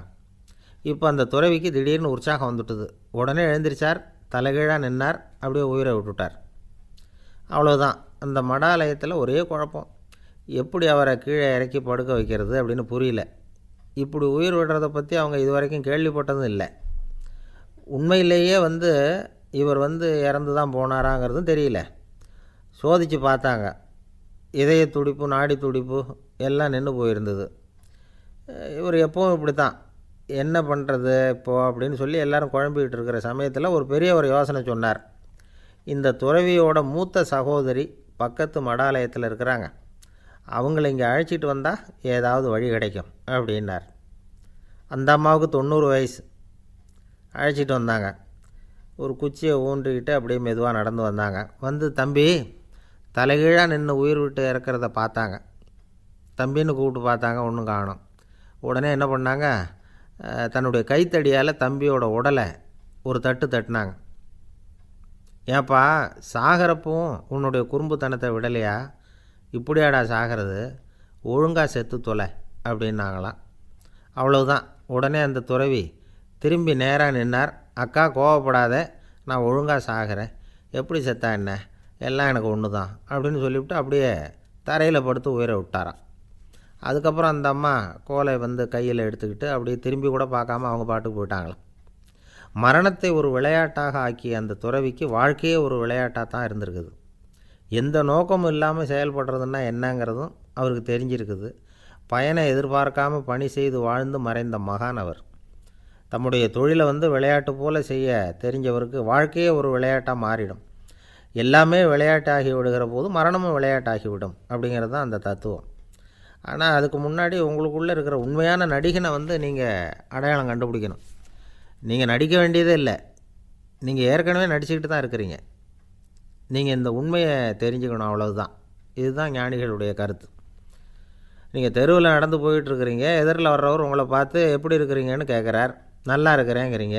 உண்மையிலேயே நாம் நல்லா இருக்க மாட்டோம், ஏதாவது உடம்புல கோளாறு இருக்கும். ஆனால் அப்படி சொல்லுவோம், நல்லா இருக்கிறேன் அப்படின்னு. அது நடிப்பு தானே. உங்களை சந்தித்ததில் ரொம்ப மகிழ்ச்சி அப்படின்னு சொல்கிறோம். உடனே கொஞ்சம் நிதானமாக யோசித்து பாருங்கள், உண்மையிலேயே உங்கள் மனசு மகிழ்ச்சி அடைஞ்சுட்டுதா? அது நடிப்பு தானே. வாழ்க்கையை சரியாக புரிஞ்சுக்கிட்டால் எல்லாமே நடிப்புங்கிறது புரியும். கல்யாண பத்திரிக்கை அனுப்பியிருந்தேனே, ஏன்டா வரலன்னு கேட்டான் ஒருத்தன். வந்திருந்தேனே அப்படின்னானா இவன். டேய், ஏன்டா போய் சொல்கிற, நான் பத்திரிக்கையே உனக்கு அனுப்பலையே அப்படின்ட்டுருக்கான் அவன். அதுக்கு இவன் சொன்னானா, பத்திரிக்கை அனுப்புனேன்னு நீ போய் சொல்கிறப்போ கல்யாணத்துக்கு வந்தேன்னு நான் போய் சொல்லக்கூடாதா அப்படின்னானா. ஒரு பெரிய பியானோ கலைஞர் வியன்னாவில் இருந்தார். ரொம்ப புகழ்பெற்ற இசை கலைஞர் அவர். இங்கிலாந்து மகாராணி விக்டோரியா அவருடைய சங்கீதத்தை கேட்கணும்னு ஆசைப்பட்டாங்க. அவரை அரண்மனைக்கு கூப்பிட்டாங்களாம். பியானோ வாசிக்க சொல்லி கேட்டாங்களாம். இவரும் ரொம்ப பிரமாதமாக வாசித்து காட்டியிருக்கார். உடனே பாராட்டி பரிசுகள்லாம் கொடுத்து அனுப்புனாங்களாம். அந்த இசையை கேட்குறதுல அரசிக்கு ரொம்பவும் ஆர்வம் உண்டு. அதனால் அதுக்கப்புறமும் அந்த கலைஞர் அடிக்கடி அரண்மனைக்கு வர வேண்டிய அவசியம் ஏற்பட்டது. ஏன்னா அரசி கூப்பிட ஆரம்பித்தாங்க. இவர் போகணும், அங்கே இசை நிகழ்ச்சி நடத்தணும். இவர் அங்கே பாடி வாசிக்கிறது உண்டு. ஒரு தடவை மகாராணி அவரை பார்த்து, உங்கள் நாட்டு தேசிய கீதம் பாடுங்களேன் அப்படின்னு கேட்டாங்களாம். உடனே அவர் தன்னுடைய நாடான ஆஸ்திரியாவின் தேசிய கீதத்தை பாடியிருக்கிறார். அவர் பாட ஆரம்பித்த உடனே மகாராணி எழுந்திரிச்சு நின்னாங்களாம். அதுக்கு மரியாதை செலுத்துகிற நோக்கத்தோடு பாட்டு முடிகிற வரைக்கும் அப்படியே நின்றுக்கிட்டு இருந்தாங்களாம். இதுதான் அந்த அரசியினுடைய பெருந்தன்மை. அதாவது நாட்டுப்பற்றுங்கிறது அந்த அளவுக்கு அப்படி இருக்கணும். இப்படி ஒரு அரசியே நம்ம நாட்டு தேசிய கீதத்துக்கு எழுந்திரிச்சு நின்று மரியாதை செலுத்துகிறாங்க அப்படிங்கிறத புரிஞ்சிக்கும் பொழுது அந்த முதிய கலைஞரின் மகிழ்ச்சிக்கு அளவே இல்லையாம். அதுக்கப்புறம் அந்த பியானோ கலைஞர் ஒரு நாள் தன்னுடைய நண்பர் ஒருத்தர்கிட்ட பேசிக்கிட்டு இருந்தாராம். அப்போ சொன்னாராம், மகாராணியார் எனக்கு எவ்வளவோ பரிசுகள்லாம் கொடுத்துருக்குறாங்க. ஒரு தடவை எனக்கு வைரக்கல் பதித்த அணி ஒன்றை கூட பரிசாக கொடுத்தாங்க. ஆனால் அதை விட உயர்ந்த விலை மதிக்க முடியாத அணி என்ன தெரியுமா? நான் என்னுடைய நாட்டு தேசிய கீதத்தை நான் பாடுறப்போ அவங்க எழுந்திரிச்சு நின்று மரியாதை செலுத்தினாங்களே, அதுதான் எனக்கு கிடைச்ச மிகப்பெரிய பரிசு அப்படின்னாராம். எனக்கு தெரிஞ்ச சங்கீத வித்வான் ஒருத்தர் இருக்கார். சமீபத்தில் ஒரு நாள் அவரை பார்த்தேன். எப்படி போயிட்டுருக்கு உங்கள் தொழில் அப்படின்னு கேட்டேன். ரொம்பவும் வித்தியாசமாக போயிட்டுருக்குங்க அப்படின்னார். என்ன சொல்கிறீங்க அப்படின்னேன். முன்னாடியெல்லாம் நான் பாடினா எதிரில் இருக்கிறவங்க தான் எழுந்திரிச்சு போயிட்டு இருந்தாங்க. இப்போ எப்படின்னா நான் பாட ஆரம்பிச்சுட்டா உடனே பக்கவாத்தியக்காரனே எழுந்திரிச்சு போயிடுறான் அப்படின்னார் ரொம்ப வேதனையோட. பொங்கல் திருநாள். பொங்கல் திருநாள்னால் இது ஏதோ அறுவடை திருநாள் அப்படின்னு சொல்லுவோம். அதாவது வருஷம் பூரா நாம் பாடுபட்டு அதனுடைய பலனை அனுபவிக்கிற நாள் அப்படிங்கிறது நாம் சொல்லிகிட்டு இருக்கிறது. இது முக்கியமாக இது ஒரு நன்றி அறிவிப்பு நாள் அப்படின்னு சொல்லுவாங்க. இன்றைக்கி நிறைய நன்றி அறிவிப்பு கூட்டம்லாம் நடந்துக்கிட்டு இருக்குல்ல, அது மாதிரி விவசாயிகள் நடத்துகிற ஒரு நன்றி அறிவிப்பு விழா இது. யாருக்கு நன்றி சொல்கிறாங்கன்னா ஆதவனுக்கு. அதாவது சூரியன் இல்லைன்னா விவசாயம் இல்லை. அதனால் ஆதவனுக்கு நன்றி செலுத்துகிற நாளாக இந்த பொங்கல் திருநாளை நாம் கொண்டாடுறோம். அதாவது இந்த பொங்கலில் விவசாயிகள்கிட்டேருந்து நிறைய பண்புகளை நாம் தெரிஞ்சுக்க வேண்டிய நாள் இது. விவசாயிகள் அவங்க விவசாயம் முன்னேறி இருக்கிற அளவுக்கு விவசாயிகளுடைய வாழ்க்கை தரம் முன்னேறலை. அந்த அளவுக்கு அவர்கள் நாட்டுக்காக உழைச்சிக்கிட்டு இருக்கிறாங்க. அந்த காலத்திலே அதை பற்றி ஒரு கதை சொல்கிறது உண்டு. ஒரு வயசான ஆள் நிலத்தில் ஏறு உழுதுகிட்டு இருந்தாராம். கிழிஞ்சு போன ஒரு சின்ன துண்டை தான் இடுப்பில் கட்டியிருந்தாராம். தலையில் ஒரு கந்தலை சுற்றி இருந்தார். உடம்பு பூரா சேரு, ரொம்ப ஏழை. ஏறு ஓட்டிகிட்டு இருக்கிறவர் வேறு எப்படி இருப்பார்? இருந்தாலும் அந்த ஆள் ரொம்ப ஜாலியாக பாட்டு பாடிக்கிட்டே ஏறு உழுதுகிட்டு இருந்தாராம். உடம்புல தான் அவர் ஏழையை தவிர மனசில் ஒரு ஏழையாக தெரியல. அந்த சமயத்தில் அந்த நாட்டு ராஜா அந்த பக்கமாக குதிரை மேலே வந்தாராம். வேட்டைக்கு போயிட்டு பரிவாரங்களோடு திரும்பி வந்துக்கிட்டு இருக்கிறார். ரொம்ப செல்வ செழிப்பில் இருக்கிற ராஜா அவர் இந்த வயசான விவசாயியை பார்த்துருக்கார். இந்த ஆள் ரொம்பவும் ஏழைங்கிறது அவர் பார்த்தாவே பளிச்சுன்னு தெரியுது. கட்டிக்கிறதுக்கு நல்ல துணி இல்லை, உடம்போ இழைச்சி போயிருக்குது, வயிறு முதுகில் போய் ஒட்டிக்கிட்டு இருக்கு, கண்ணு குழி விழுந்து போயிருக்குது. ஆனாலும் முகத்தை பார்த்தா சந்தோஷமாக இருக்கிற மாதிரி இருக்குது. இவ்வளோ உற்சாகமாக பாடிக்கிட்டு இருக்கிறாரே அப்படின்னு ஆச்சரியமாக நினச்சி பார்த்தார் அந்த ராஜா. சரி, அவர்கிட்ட கொஞ்சம் பேச்சு கொடுத்து பார்க்கலாம் அப்படின்னு முடிவு பண்ணார். ஐயா பெரியவரே, இப்படி கொஞ்சம் வர முடியுமான்னாராம். பொழுது போகிறதுக்குள்ளே நான் இந்த வயல் பூரா உழவு ஓட்டி ஆகணும், அதனால் பேசுகிறதுக்கு நேரம் இல்லை அப்படின்னாராம் அந்த பெரியவர். என்ன அவ்வளவு அவசரமாக? மீதி இருந்தால் நாளைக்கு உழுதுவக்கூடாதா? அது சரி, உனக்கு எத்தனை ஏக்கர் நிலம் இருக்குது அப்படின்னு விசாரிச்சிருக்கார் ராஜா. எனக்குன்னு சொந்தமாக உள்ளங்கை அளவு கூட நிலம் கிடையாது. இது எங்கள் முதலாளியோட நிலம். இதை பூராவும் உழுது முடித்தா தான் அவர் கூலி கொடுப்பார். நான் கூலிக்கு உழுதுகிட்டு இருக்கிறேன். உங்ககிட்ட பேசிக்கிட்டு இருந்தால் அவருக்கு துரோகம் பண்ணது மாதிரி ஆகிடும் அப்படின்னாராம். ராஜா குதிரையை விட்டு கீழே இறங்கினார். வரப்பில் நடந்து அந்த பெரியவர்கிட்டே போனாராம். சரி, ஒரு நாள் பூரா உழுதா உனக்கு எவ்வளவு கூலின்னு கேட்டிருக்கார். 8 அணா கூலி கிடைக்கும்னாராம் அவர். இது ரொம்ப காலத்துக்கு முன்னாடி நடந்த ஒரு சம்பவங்கிறதுனால அப்போ 8 அணா கூலிங்கிறது ரொம்ப பெருசு. இருந்தாலும் அதுவும் அந்த ராஜாவுக்கு பெரிய கூலியாக தெரியல. இவ்வளவு தானா, இதை வச்சுக்கிட்டு நீ எப்படி காலம் தள்ளுற அப்படின்னாராம். ஒன்றும் கவலை இல்லை அப்படின்னாராம் அவர். ராஜாவுக்கு ரொம்ப ஆச்சரியமாக போச்சு. 8 அணா கூலி வாங்குகிற இந்த ஆள் கவலை இல்லாமல் இருக்கிறார், ஏராளமான வசதியோடு இருக்கிறன்னா கவலை இல்லாமல் வாழ முடியலையே அப்படின்னு நினச்சி பார்த்துருக்கார். அது சரி, 8 அணாவில் எப்படி குடும்பம் நடத்துகிற அப்படின்னு கேட்டாராம். எனக்கு கிடைக்கிற 8 அணாவில் 2 அணா குடும்பத்துக்கு செலவழிக்கிறேன், 2 அணா பழைய கடனுக்கு கொடுக்குறேன், 2 அணா தர்மம் செய்கிறேன், 2 அணா வட்டிக்கு கொடுக்குறேன், ஒரு குறையும் இல்லைன்னாராம். ராஜாவுக்கு ஒன்றும் புரியல. எனக்கு ஒன்றும் புரியலேன்னு இருக்கார். ஐயா, எனக்கும் என் மனைவிக்கும் 2 அணா செலவாகுது. வயசான அம்மா அப்பா இருக்கிறாங்க, சின்ன வயசில் என்னை காப்பாற்றினவங்க அவங்க. அந்த கடனுக்கு 2 அணா செலவாகுது, அது பழைய கடன். என் தங்கச்சி ஒருத்தி ஆதரவு இல்லாத நிலைமையில் தன்னுடைய மகனோட என் வீட்டில் இருக்கிறா, அவளுக்கும் அவள் மகனுக்கும் 2 அணா செலவு பண்ணுறேன், அது தர்மம். எனக்கு 2 பிள்ளைங்க இருக்கிறாங்க, அவங்களுக்கு 2 அணா செலவு பண்ணுறேன், அது வட்டிக்கு கொடுக்கறது மாதிரி. பிற்காலத்தில் அவங்க எங்களை காப்பாற்றுவாங்க.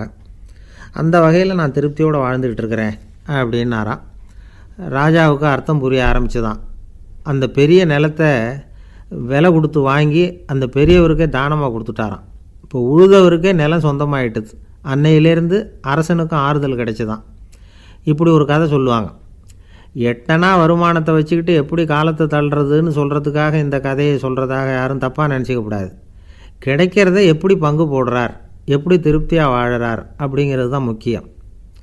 அது மாதிரி இன்றைக்கு இந்த பொங்கல் திருநாளில் உழவர்கள் மனசு மகிழ்ச்சியாக இருந்ததுன்னா அது எல்லாரும் மகிழ்ச்சியாக இருக்கிறது மாதிரி அர்த்தம்.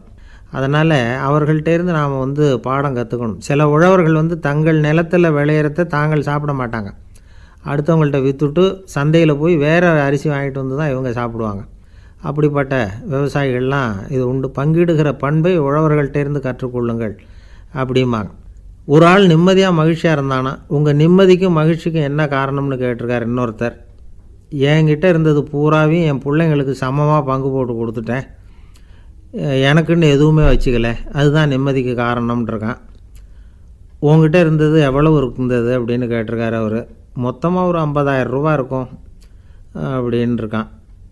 அவ்வளவும் பணமாகவே இருந்ததா அப்படின்னு கேட்டிருக்காங்க இவங்க. இல்லைங்க, அவ்வளவும் கடன், அதை தான் பிரித்து கொடுத்துருக்கேன் பிள்ளைங்கக்கிட்ட அப்படின்னு நானும். அவன், ஐயா உங்கள் பேரை தொடர்ந்து தினம் கேட்டுக்கிட்டு இருக்கிறேன் அப்படின்னார் ஒருத்தர். தொடர்ந்து கேட்குறீங்களே, உங்களுக்கு காது வலிக்கலையா அப்படின்னு கேட்டோம். பேசுகிற உங்களுக்கே வாய் வலிக்கலை அப்படிங்கிறப்போ கேட்குற எங்களுக்கு எப்படி காது வலிக்கும் அப்படின்னார். நம்ம உடம்புல ஒரு அதிசயம் என்ன தெரியுமா? ரொம்ப நேரம் நாம் நடக்கிறோம்னு வச்சுக்கோங்க, கால் வலிக்கும். ரொம்ப நேரம் வேலை செஞ்சால் கை வலிக்கும், உடம்பு வலிக்கும். ரொம்ப நேரம் பார்த்துக்கிட்டே இருந்தால் கண்ணு வலிக்கும். ரொம்ப நேரம் பேசிக்கிட்டே இருந்தால் வாய் கூட வலிக்கும். ஆனால் ரொம்ப நேரம் கேட்டுக்கிட்டே இருக்கிறதுனால காது வலிக்கிறது இல்லை. அதனால் கேட்குறதுக்கு முக்கியத்துவம் கொடுத்தாங்க நம்ம பெரியவங்க. திருவள்ளுவர் தேவையில்லாமல் வார்த்தைகளை உபயோகப்படுத்த மாட்டார். ஒரு திருக்குறள்னு எடுத்துக்கிட்டாவே அதில் மொத்தம் 7 வார்த்தைகள், அவ்வளவுதான். அப்படி 7 வார்த்தைகள் மட்டுமே உள்ள ஒரு திருக்குறளில் வள்ளுவர் ஒரே வார்த்தையை 5 தடவை உபயோகப்படுத்தியிருக்கிறார், திரும்ப திரும்ப பயன்படுத்தியிருக்கிறார். அப்படின்னா அதை எந்த அளவுக்கு வலியுறுத்தி சொல்கிறார் அப்படிங்கிறத நாம் புரிஞ்சுக்கணும். அது என்ன குறள்? செல்வத்துள் செல்வம் செவிச்செல்வம், அச்செல்வம் செல்வத்துள் எல்லாம் தலை. செவிச்செல்வம்ங்கிறது அவ்வளவு முக்கியமானது. கற்றலின் கேட்டல் நன்று. அதிகம் கேட்கணுங்கிறதுக்காகத்தான் எவ்வளவு கேட்டாலும் காது வலிக்கிறதில்ல. குறைச்சலாக பேசணும், அதிகமாக கேட்கணும். இன்னொரு விஷயம் கவனிங்க. நம்ம உடம்பில் கண்ணுக்கு மூடி இருக்குது, எதையாவது நாம் பார்க்க விரும்பலைன்னா உடனே கண்ணை மூடிக்கலாம். நம்ம வாய்க்கு மூடி இருக்குது, பேச விருப்பம் இல்லையா, வாயை மூடிக்கலாம். மூக்குக்கு கூட மூடிக்கிற வசதி இருக்குது, எதையாவது முகர விருப்பம் இல்லையா, மூச்சை அடக்கிக்கலாம். ஆனால் பாருங்கள், காதுக்கு மூடி கிடையாது, அதை கையால் தான் மூட முடியும். யார் என்ன சொன்னாலும் அது நல்லதோ கெட்டதோ காதில் விழுந்துக்கிட்டு தான் இருக்கும். அறிவு தான் நல்ல விஷயங்களை எடுத்துக்கிட்டு கெட்ட விஷயங்களை விட்டுடணும். நல்ல கருத்துக்கள் நம்ம காதில் நிறைய விழுந்துக்கிட்டே இருக்கணும். அதை கேட்டு நாம் நல்லபடியாக வாழணுங்கிறது தான் படைப்பின் விருப்பம். ஆன்மீகவாதிகள் கூட ஒன்று சொல்லுவாங்க. அதாவது ஆன்மீக பாதையில் நீங்கள் முன்னேறணும்னா முதல்ல சிரவணம் செய்யணும்பாங்க. அதாவது பெரியவங்க சொல்கிற நல்ல கருத்துக்களை கேட்கணும் அப்படின்னு அதுக்கு அர்த்தம். அதனால் யார் நல்ல கருத்துக்களை சொன்னாலும் அதை காது கொடுத்து கேளுங்க. இவ்வளவு கருத்துக்களையும் நம்ம நேயர் ஒருத்தர்கிட்ட சொல்லிகிட்டு இருந்தோம். அவரும் சரி சரின்னு தலையாடிக்கிட்டே இருந்தார். அப்புறம் சொன்னார், நீங்கள் சொல்கிறது சரி தான் சார், காதுக்கு மூடி இல்லைங்கிறது ரொம்ப சரி. அதனால தான் உங்கள் தகவல் கூட நாங்கள் விரும்புகிறோமோ இல்லையோ தினம் காதில் விழுந்துக்கிட்டு இருக்குது அப்படின்னார். எங்களுக்கு ரொம்ப பெருமையாக இருந்தது. அப்படியா அப்படின்னோம். ஆனாலும் என்ன மாதிரி சில பேர் நீங்கள் தகவல் சொல்கிற சமயத்தில் காதில் மூடி இல்லையேன்னு சொல்லி கவலைப்படுறதில்ல சார் அப்படின்னார். ஏன்னு கேட்டோம். காதை மூடுறதுக்கு தானே வசதி இல்லை, ரேடியோவை மூடுறதுக்கு வசதி இருக்குதுல்ல, அதனால் டக்குன்னு அதை மூடி வச்சுருவோம் அப்படின்னார். வங்க நாவலாசிரியர் சரத் சந்திரர் ஒரு நண்பர் அவர்கிட்ட வந்தார். வழக்கமாக எல்லா எழுத்தாளர்கள்கிட்டையும் கேட்குற ஒரு கேள்வியை கேட்டார். நீங்கள் எழுத்துத்துறைக்கு வந்தது எப்படி? இதுதான் கேள்வி. அதை தெரிஞ்சு என்ன பிரயோஜனம்னார் சரத் சந்திரர். சும்மா சொல்லுங்களேன், தெரிஞ்சுக்கிறேன் அப்படின்னார் வந்தவர். சரி சொல்கிறேன்னு ஆரம்பித்தார். நான் ரங்கூனில் வேலை பார்த்துக்கிட்டு இருந்தேன். சம்பளம் பத்தலை. வேலையும் பார்த்துக்கிட்டு ஒரு பலசரக்கு கடை வைக்கலாம்னு நினச்சேன். என்னால் மளிகை கடை வச்சு சரியாக நடத்த முடியுமாங்கிற சந்தேகம் என் மனைவிக்கு. அதை சோதனை பண்ணி பார்க்கணுங்கிறதுக்காக சில பொருள்களின் அளவு, அதோட விலை, இப்படி சிலதை சொல்லி எல்லாத்தையும் மனக்கணக்காக கூட்டி போட சொன்னாங்க. என்னால் சரியாக கூட்டி சொல்ல முடியல. உங்களால் மளிகை கடை நடத்த முடியாதுன்னு சொல்லிவிட்டாங்க. உடனே என்ன பண்ணுறது, வேறு வழி இல்லை, கதை எழுத ஆரம்பிச்சிட்டேன் அப்படின்னார். கேட்டவருக்கு சிரிப்பு வந்துட்டு தான். சரத் சந்திரர் ஒரு பக்கம் சீரியஸான நாவல்கள், சிறுகதைகள் எழுதியிருந்தாலும் அவருடைய இன்னொரு பக்கம் வேறு விதம். நண்பர்கள்கிட்ட பேசும்பொழுதும் சரி, அவர்களுக்கு கடிதங்கள் எழுதும்போதும் சரி, கேலியும் கிண்டலும் நகைச்சுவை உணர்வும் அதிகமாக இருக்கும். காந்திஜி ஒரு சமயம் கல்கத்தாவுக்கு வந்திருந்தார். தேசபக்தர்கள் பல பேர் அவர்கிட்ட பேசிக்கிட்டு இருந்தாங்க. அப்போது சரத் சந்திரரும் அங்கே இருந்தார். கிரண் சங்கர் ராய் அப்படிங்கிறவரும் அங்கே இருந்தார். அவர் சொன்னாராம், காந்திஜியோட பழகிய முதல் வங்காளி நான் தான். போயர் யுத்த காலத்தில் இவர் லண்டனுக்கு வந்திருந்தப்போ என்கிட்ட தான் வங்காள மொழி கற்றுக்கிட்டார் அப்படின்னாராம். உடனே சரத் சந்திரர் காந்திஜியை பார்த்து, இவர் உங்களுக்கு வங்காள மொழி கற்றுக் கொடுத்தது உண்மைதானா அப்படின்னாராம். ஆமான்னாராம் காந்தி. அதனால தான் உங்களால் வங்காள மொழி கற்றுக்க முடியல அப்படின்னாராம். எல்லாரும் சிரித்தாங்களாம். சரத் சந்திரர் சாம்தாபேர் அப்படிங்கிற கிராமத்தில் தங்கியிருந்தார். ஒரு இலக்கிய நிகழ்ச்சியில் கலந்துக்கிறதுக்காக. அதுக்காக ஒரு கல்கத்தாவுக்கு போக வேண்டிய சூழ்நிலை. அதுக்காக புறப்பட்டார். அந்த சமயத்தில் பின்னாடி இருந்து யாரோ அவரை கூப்பிட்டாங்க. இப்படி கூப்பிட்டவரை பார்த்து இன்னொருத்தர் யாரோ அதட்டி இருக்கிறாங்க. போகிறவரை ஏன் இப்படி கூப்பிடுறீங்க அப்படின்னு. ஏன் கூப்பிட்டா என்னன்னு கேட்டிருக்கார் சரத் சந்திரர். புறப்படுறவங்கள பின்னாடி இருந்து கூப்பிடுறது அபசகுனம், போகிற இடத்துல ஏதாவது ஆபத்து வரலாம் அப்படின்னு அதுக்கு விளக்கம் கொடுத்துருக்கிறார் அவர். உடனே சரத் சந்திரர் சொன்னாராம், இதோ இவங்க என்னை இலக்கிய கூட்டத்துக்கு அழைச்சிட்டு போகிறாங்களே, இதை விட வேறு என்ன ஆபத்து வந்துட போகுது அப்படின்னாராம். இப்படி சரத் சந்திரருக்கு இயல்பாகவே நகைச்சுவை உணர்வு உண்டு. அவருடைய நண்பர் ஒருத்தர் வீட்டுக்கு கூப்பிட்டுருந்தார். அங்கே ஒரு கச்சேரிக்கு ஏற்பாடு பண்ணியிருந்தாங்க. சரத் சந்திரருக்கு இயல்பாகவே கச்சேரியில் நீண்ட ஆலோசனையெல்லாம் கேட்குறதுக்கு பொறுமை இருக்காது. அதனால் மெதுவாக பாட போகிறவர் எப்படி அப்படின்னு கேட்டிருக்கார். அவருக்கு ரொம்ப நல்லா பாட தெரியும் அப்படின்னு சொல்லியிருக்கிறாங்க. அதுக்கு சரத் சந்திரர், பாட தெரியுங்கிறது சரி, பாட்டை நிறுத்த தெரியுமா அதை சொல்லுங்கள் முதல்ல அப்படின்னாராம். கங்கை கரை தோட்டம் பக்கத்தில் ஒரு ஆசிரமம், அங்கே ஒரு பெரியவர் தங்கியிருக்கிறார். அவர் தான் ராமகிருஷ்ண பரமஹம்சர். அந்த ஆசிரமம் இருந்த இடம் கரக்பூர். வங்காளத்தில் பொதுவாக எல்லோரும் மீன் சாப்பிட்றது உண்டு. கங்கையில் குளிச்சுட்டு கையில் ஒரு மீனோடு வர்றது வழக்கம். இவர் இருக்கிற இடத்துக்கு கங்கையில் படகு வழியாக வரணும். அப்படி தான் எல்லோரும் வருவாங்க. வர்றவங்கள ஒன்று கூட்டி ஆன்மீக விஷயங்களை பற்றி பேசிக்கிட்டு இருப்பார். ஒவ்வொரு நாள் ஒவ்வொருத்தர் நகரத்துக்கு போகணும். வரும்பொழுது மீன் கொண்டுக்கிட்டு வரணும். அதுக்கு ஒரு அட்டவணையே உண்டு ஆசிரமத்தில். அது பிரகாரம் ஒரு நாள் சுவாமி யோகானந்தர் படகில் போனார். படகை செலுத்தினவங்க ராமகிருஷ்ணரையும் சுவாமி யோகானந்தரையும் மற்றவங்களையும் பித்தர்கள் அப்படின்னு சொல்லி ஏளனமாக பேசினாங்க. அவங்க என்ன பைத்தியம் பிடிச்சவங்க அப்படிங்கிறது மாதிரி. சுவாமி யோகானந்தருக்கு ரொம்ப மென்மையான இதயம். இவங்க இப்படி கண்ணாபின்னான்னு பேசுகிறத பார்த்தா மீனை வாங்கிட்டு திரும்புகிறப்போ என்ன நடக்குமோ அப்படிங்கிற பயம் வேறு வந்துட்டுது அவருக்கு. அவ்வளவு மென்மையானவர். இதை தெரிஞ்சுக்கிட்ட ராமகிருஷ்ணர், யோகானந்தா இங்கே வா அப்படின்னு கூப்பிட்டார். இவர் கண்ணீரை தொடச்சிக்கிட்டே கிட்ட போனார். சொன்னார், ஐயா, படகு ஓட்டுறவங்க உங்களை பற்றி மோசமாக பேசுகிறாங்க. என்ன திட்டினா பரவாயில்ல, ஆனால் உங்களை அவங்க திட்டுறாங்க, அதை என்னால் தாங்கிக்க முடியல அப்படின்னார். இதை கேட்டதும் ராமகிருஷ்ணருக்கு கோபம் வந்துட்டு தான். என்னது, உன்னுடைய குருவை பற்றி அவங்க மோசமாக பேசும்பொழுது நீ சும்மா இருந்தியா, வெளியில் போ அப்படின்னு விட்டார். குரு நிந்தனை செய்கிறப்போ அதை கேட்டுக்கிட்டு சும்மா இருக்கலாமா? குரு நிந்தனையை கேட்டால் பாவம் இல்லையா? என்னை தூற்றும்போது அவங்க பாவம் செய்கிறாங்க, அதை கேட்டுக்கிட்டு நீ சும்மா இருந்தால் நீயும் பாவம் செய்கிற அப்படின்னாராம். அடுத்த நாள் சுவாமி நிரஞ்சனானந்தர் போக வேண்டிய நாள். இவர் படகுல போகும்பொழுதும் அதே மாதிரி நடந்து தான். அவங்க மோசமாக பேச ஆரம்பித்தாங்க, திட்ட ஆரம்பித்தாங்க. அப்படி கேலி பண்ண ஒருத்தனை இவர் என்ன பண்ணார், பலார்னு கன்னத்தில் அரைஞ்சிட்டார். இன்னொருத்தனை கங்கையில் தூக்கி எறியறதுக்கும் தயாராகிட்டார். அதுக்கப்புறம் அவங்க யாரும் வாயை திறக்கலை. மீன் வாங்கிட்டு வர்றப்பவும் படகுல ஒரே அமைதி. அவ்வளவு பயம் அவங்களுக்கு.